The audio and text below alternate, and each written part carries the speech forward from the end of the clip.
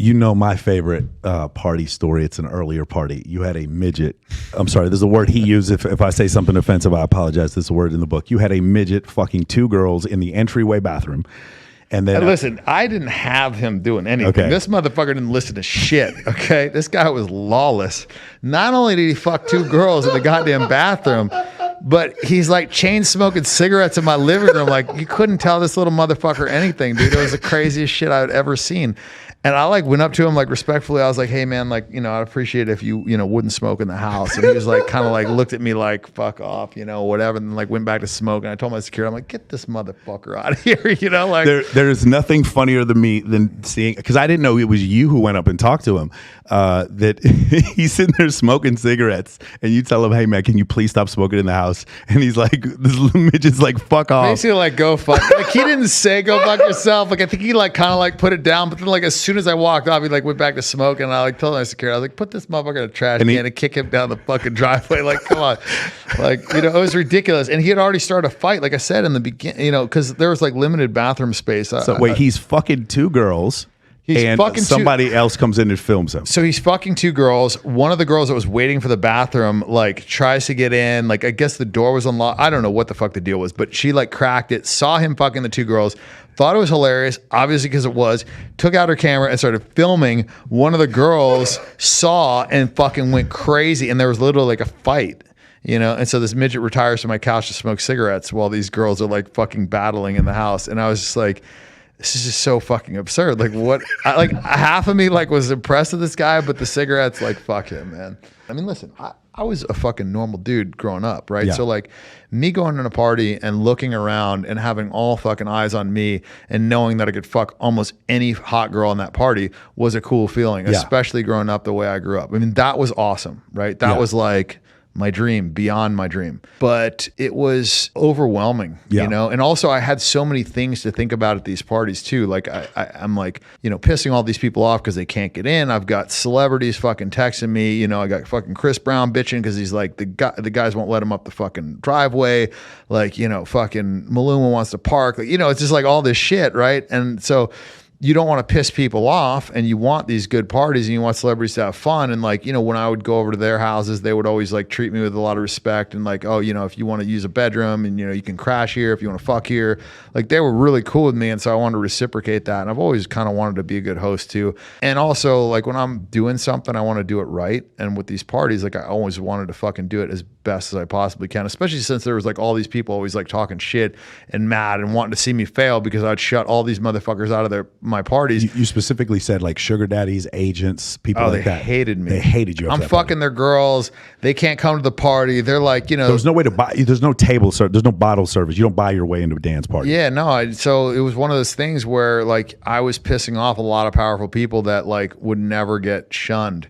You know, I mean, there's a lot of athletes I didn't let in. Like, I mean, there's, you know, probably some big celebrities I didn't know who the fuck they were. You know, like whatever, man. I can't, like, I couldn't field all these calls. Like, I watched you walking down, getting you with your security, getting people in, physically having to get them in. Yeah. And your guys, I've always wanted to ask you this. I walk in and the guys have shotguns. Were they loaded?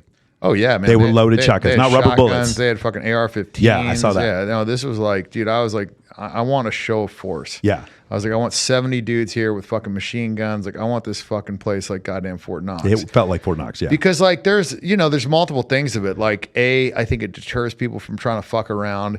B, it makes it way less likely that there's gonna be fights. C, nobody's pulling a gun at that motherfucker. You know what I mean? Like, they're getting fucked up, right? And these are all like ex-special forces guys, you know. So, I mean, not all of them, but a lot of them were like ex-special forces dudes. And so yeah, it was like no fucking around, you know, like I did not want any bullshit. And so a lot of times, like, you know, if you go out with like fucking 9 security guards, you're not going to have any issues, right? You know, but if you go out with like fucking one guy, like maybe somebody wants to fucking, you know, test, you know, your security or whatever. It's like, but if you have enough, like people are just like, okay, I'm not fucking around, you know?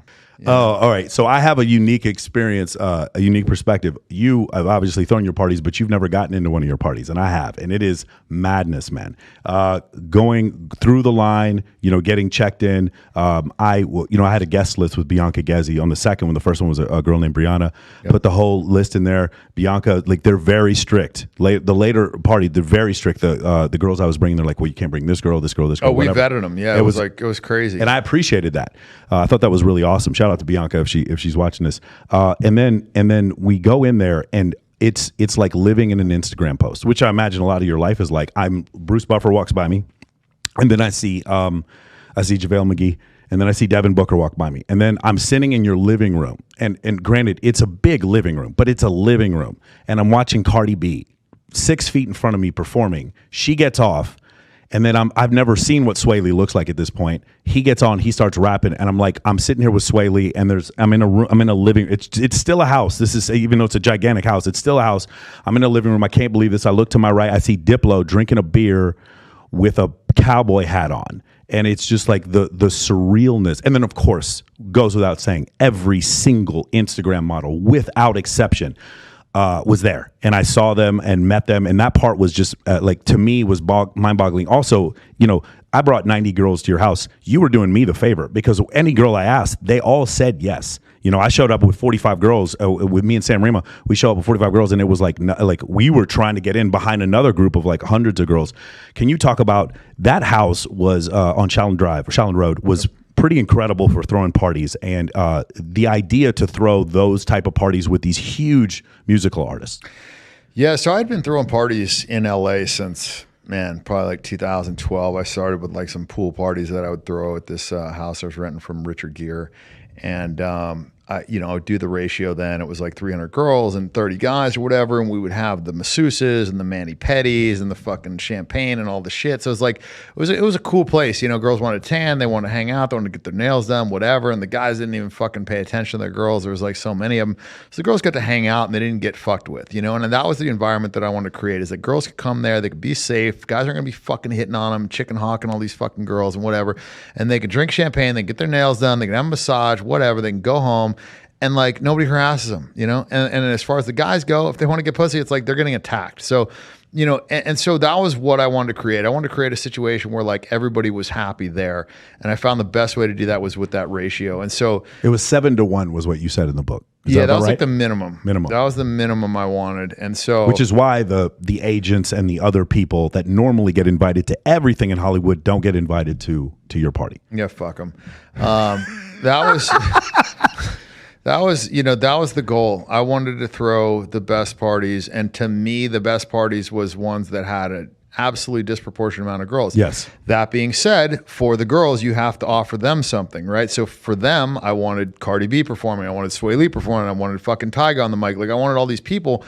And so I would tell them, I'd say, hey, Tyga, you fucking, can you get up there and throw down a few songs? Like you can have one of the fucking guest rooms, you can park up the top. Like I always took care of those people, And he was always cool. He'd always like, fucking grab a few of my girls, I was like, but I had to replace them, it was the whole thing. But it was cool, man. It was one of those things where I had Cirque du Soleil performers. Yes. I had I had all this shit because I wanted the girls to be entertained. I'd have the gay guys in there, I'd have, I just wanted it to be an environment where the girls weren't looking around like, what the fuck am I doing here? So in order to create that, you have to have like some, big talent. And then you also want to have a bunch of celebrities because, a lot of those girls, they're stoked to be around celebrities. So if you have the other hot girls, you have celebrities, you've got good performances, you've got shit going on, you've got good catering, you've got top shelf booze, like everybody's going to be stoked, and it's exclusive. It's hard to get in. And so that's what I wanted to create.